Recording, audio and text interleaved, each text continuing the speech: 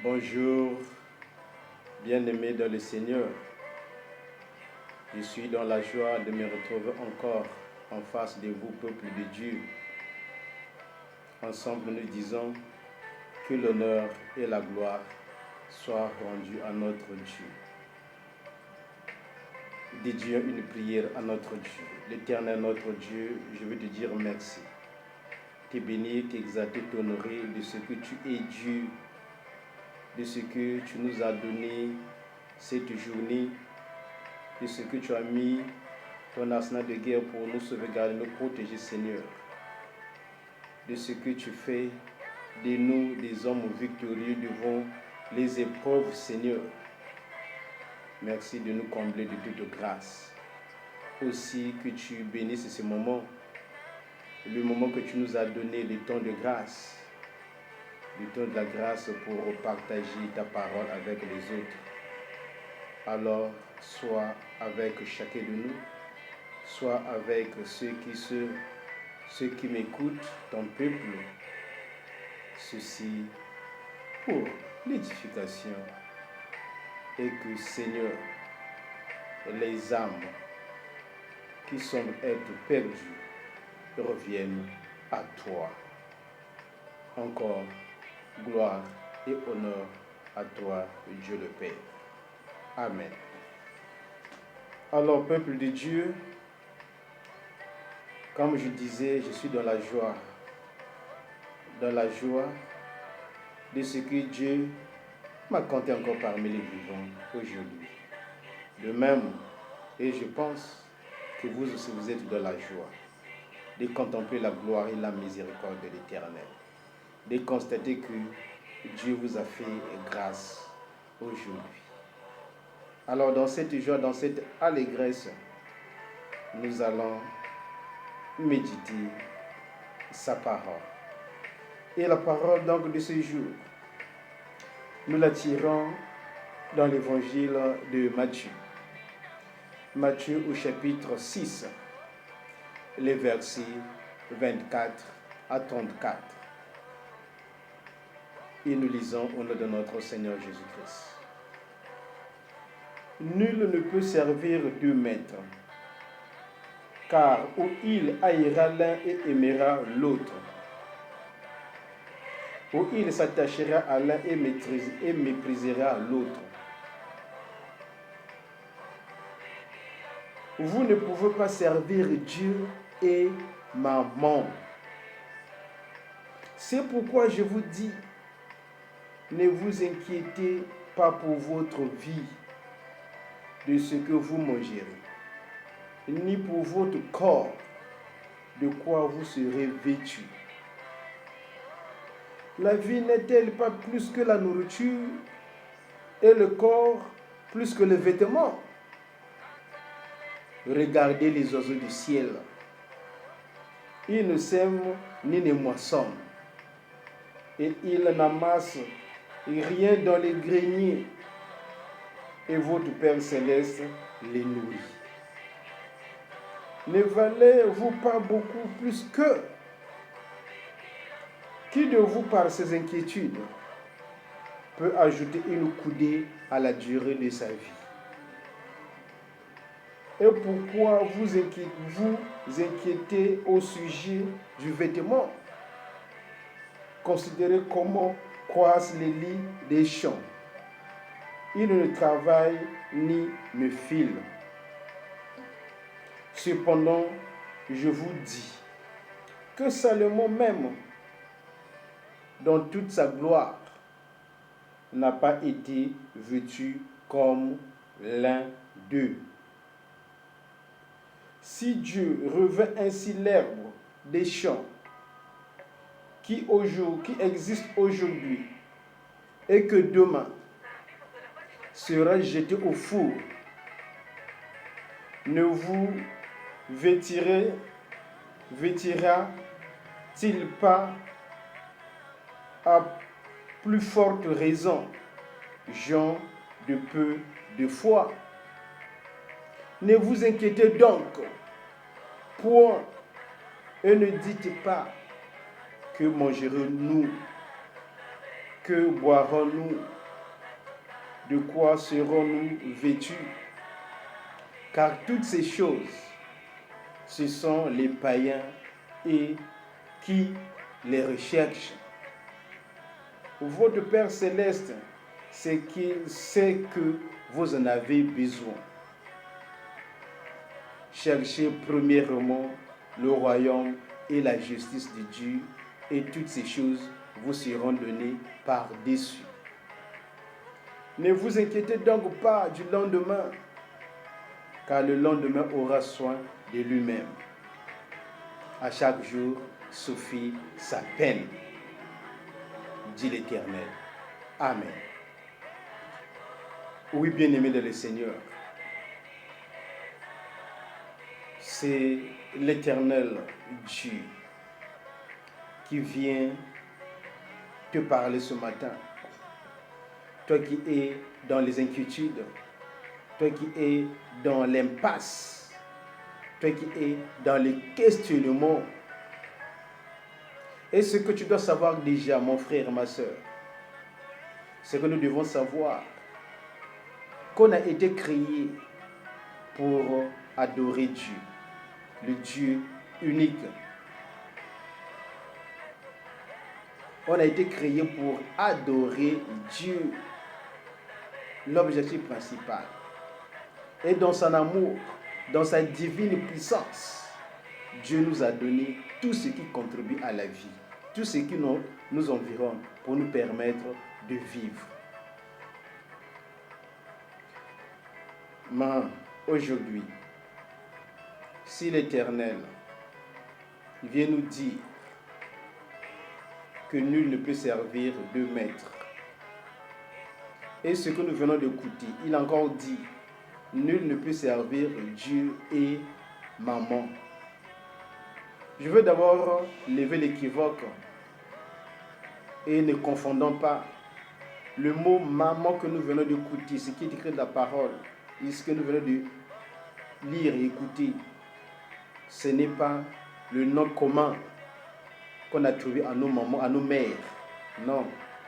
Le mot maman qui est utilisé dans ces passages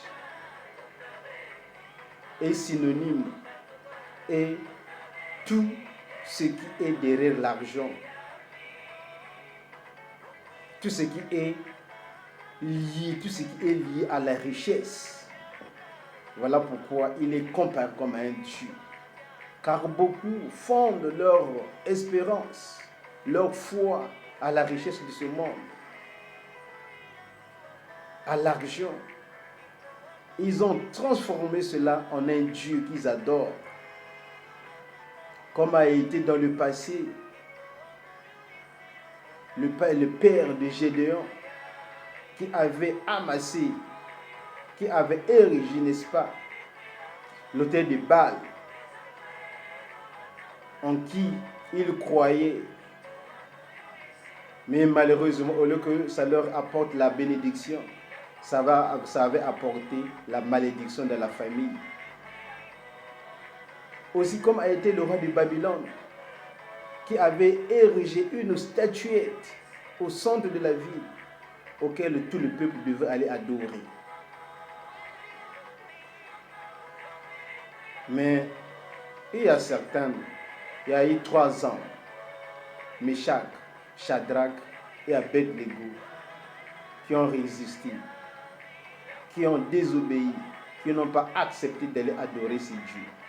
Parce qu'ils avaient compris qu'il n'y avait qu'un seul Dieu, un seul Créateur, qui a créé le ciel et la terre, qui a créé l'homme, qui a créé tout ce qui nous environne, et c'est Dieu le Père.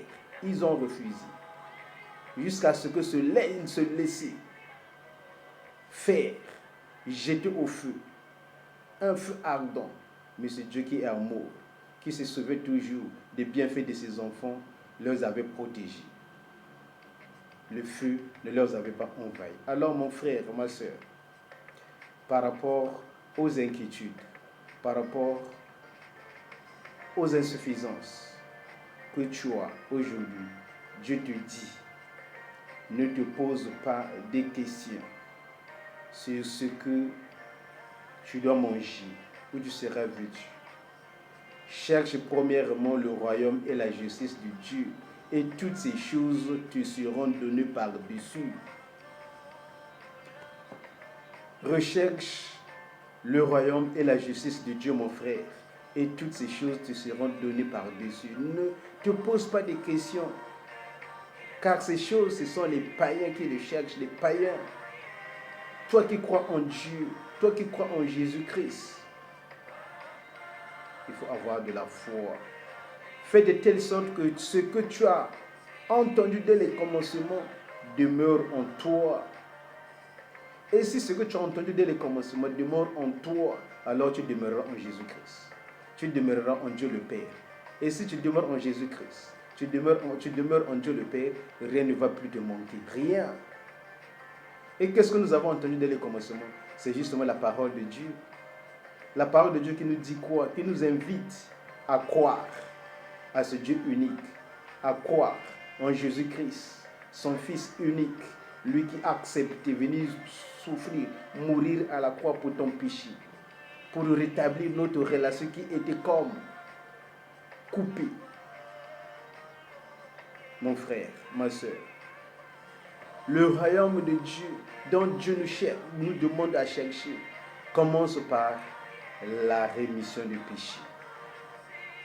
Commence d'abord par la rémission du péché, par la conversion. Oui, ce n'est pas au marché que nous irons chercher le royaume des cieux. Ce ne sont pas dans des pharmacies, mais plutôt c'est dans le cœur d'abord. C'est dans le cœur d'abord. Tu dois d'abord accepter tes péchés, te repentir devant la croix de Jésus, faire ta conversion et changer le mode de vie. Changer le mode de vie. C'est par là que commence la recherche du royaume des cieux. Lui, Dieu, c'est un Dieu d'amour. Et pour un enfant de Dieu, et sa vie n'est toujours pas rose. Ça ne veut pas dire que oui, parce que j'ai accepté suivre Jésus, parce que je prie tous les jours, et que je ne dois pas avoir des manquements dans ma vie, je ne dois pas avoir des insuffisances dans ma vie. Au contraire, c'est dès lors que tu vas accepter de servir Jésus, c'est dès lors que tu vas croire en ce Dieu unique, c'est là où tu verras que les problèmes vont venir. Les problèmes vont venir. Pourquoi? Parce que le diable ne sera plus content de toi. Le diable ne sera plus content de toi parce qu'il sait que tu l'as abandonné.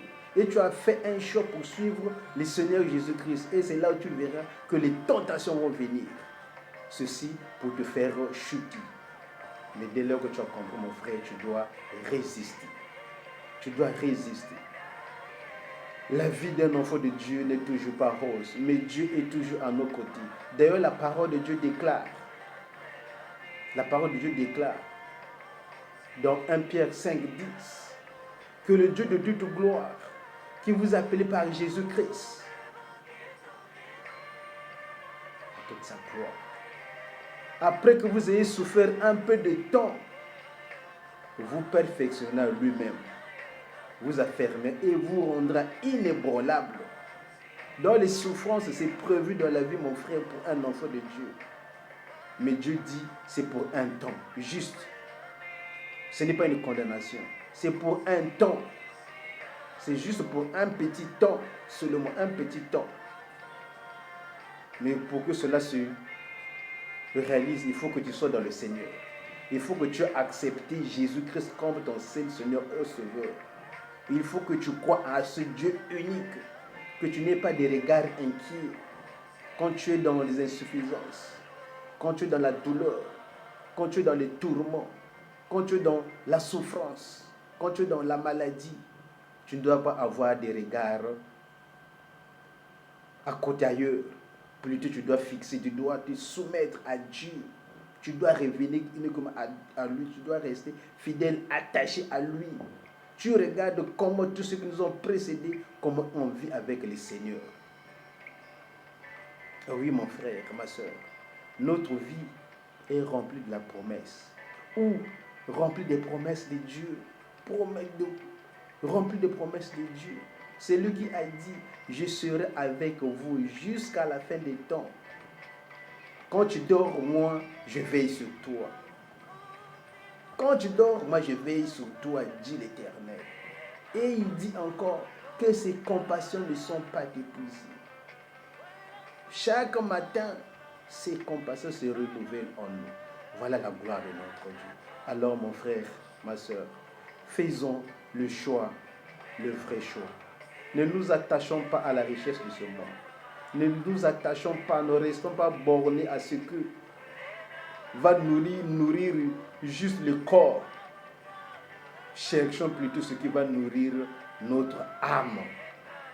Car près de Dieu, ce corps physique n'aura pas de la place. Au ciel, ce corps physique n'aura pas de la place. Ce corps ne va pas exister. Ce corps que nous cherchons à faire manger sur cette terre, ce corps que nous cherchons à faire habiller sur cette terre, au ciel, ce corps n'aura pas de place. Ce corps physique ne va pas exister. Plutôt, c'est l'âme qui va exister au ciel, c'est l'âme. Alors, nous devons rechercher alors donc la nourriture spirituelle, la nourriture, cette nourriture qui va nourrir notre âme. Nous devons chercher donc les habits, les vrais habits qui vont, n'est-ce pas, retirer notre âme pour que nous soyons, n'est-ce pas, des vrais enfants de Dieu, pour que nous soyons les enfants dignes. Dieu dit, toi qui es dans les inquiétudes, tu as des insuffisances, tu as des manquements, tu t'inquiètes. Et il nous demande aussi, il nous pose cette question. Toi qui es dans des inquiétudes, dis d'abord si tu peux ajouter une coudée. C'est une espérance de vie. Personne ne peut le faire. Alors notre regard doit être en ce seul Dieu. Restons fidèles, attachés à ce Dieu. Faisons le faux choix. Croyons en ce Dieu unique. C'est lui qui a créé le ciel et la terre. Et tout ce qui nous environne. Pas un autre Dieu. Il n'y a pas un autre Dieu. Il n'y a pas un autre Dieu. Un seul Dieu. Le Dieu unique. Le Père de notre Seigneur Jésus-Christ. Lui qui a fait de nous des enfants d'adoption. Lui qui a voulu que nous soyons parmi les vivants ce matin. C'est par quel prix que tu as acheté le souffle de vie aujourd'hui. Tu n'as donné aucun prix. Mais c'est à lui seul qu'il a pu de renouveler le souffle de vie. Alors, tes regards, nos regards doivent être fixés en ce Dieu unique. Quand nous gérons des insuffisances, alors nous adorons un autre Dieu. Ce Dieu dénommé ici Mammon, le Dieu de la richesse. Et si nous restons attachés, bornés à ce Dieu, alors il va nous conduire à la perdition. Il va nous conduire à la perdition qui va faire que nous puissions manquer le ciel. Alors mon frère, ma soeur, non, ne regardons pas les richesses de ce monde. Ne regardons pas les richesses de ce monde. Voilà pourquoi Paul dit, ne cherchez pas à vivre de ce qui est de ce monde, mais plutôt recherchons et vivons de ce qui est du ciel. Le temps nous est donné à savoir faire le choix, à croire en ce Dieu unique. C'est Dieu qui a cette capacité de transformer. C'est Dieu qui est capable de relever.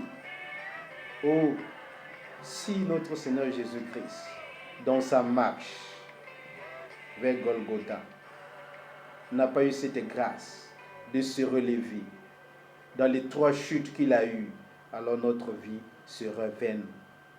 Nous aussi, nous ne devrons pas surmonter les épreuves. Mais le fait qu'il avait supporté, pu se réveiller, alors nous aussi, quelles que soient les circonstances, quels que soient les moments, quels que soient les temps, nous allons vaincre. L'essentiel, c'est de croire, de faire le vrai choix, de croire en ce Dieu unique, de ne pas avoir des regards inquiets, de ne pas prendre la main du diable, mais plutôt cherchons à repousser, résister au diable, car il est écrit, résistez au diable et il fuira loin de vous. Résistez au diable et il fuira loin de vous. Heureux l'homme qui supporte la tentation, car après avoir été éprouvé, il recevra la couronne de vie que Dieu a promise à tous ceux qui l'aiment. Oui, mon frère, ma soeur, tu as une couronne de vie derrière toi. Nous avons une couronne de vie sur nos têtes. Cela ne va se réaliser que si nous résistons au diable, si nous regardons, si nous croyons en ce Dieu unique. Si nous croyons en ce Dieu unique, le Père de gloire, lui qui ne dort ni ne somnole, lui qui prend soin de notre vie, lui qui nous épargne de tous les plans sataniques. Oui, mon frère. Et tu sais que quand nous dormons, le diable cherche qui dévorer. Et il monte des plans qu'il souhaite réaliser la journée. Mais c'est Dieu qui nous aime. Ne permet pas. Ne permet pas. Alors, faisons honneur à notre Dieu. Faisons honneur à notre Dieu. Faisons honneur à notre Dieu. Contemplons sa gloire. Contemplons sa gloire. Chantons des cantiques en sa faveur. Chantons des cantiques à sa faveur pour qu'il se souvienne de nous et qu'il remplisse nos vies de grâce. Qu'il réalise ses promesses près de nous. Oui, ces jours, ce Dieu l'a voulu nous rappeler. C'est qu'il veut nous préserver du péché. C'est qu'il veut nous préserver du péché. Oui, c'est juste pour nous préserver du péché. C'est juste pour nous préserver du péché. Voilà pourquoi il a voulu que nous puissions faire le partage de ces paroles, mon frère. Alors, à toi de savoir faire le choix, de croire en ce Dieu unique, car il est au-dessus de toutes choses. Il est au-dessus de la mêlée. C'est lui qui tient l'épée, c'est lui qui décide de combat. Alors, mon frère, ma soeur, reste béni dans le nom glorieux de notre Seigneur Jésus-Christ.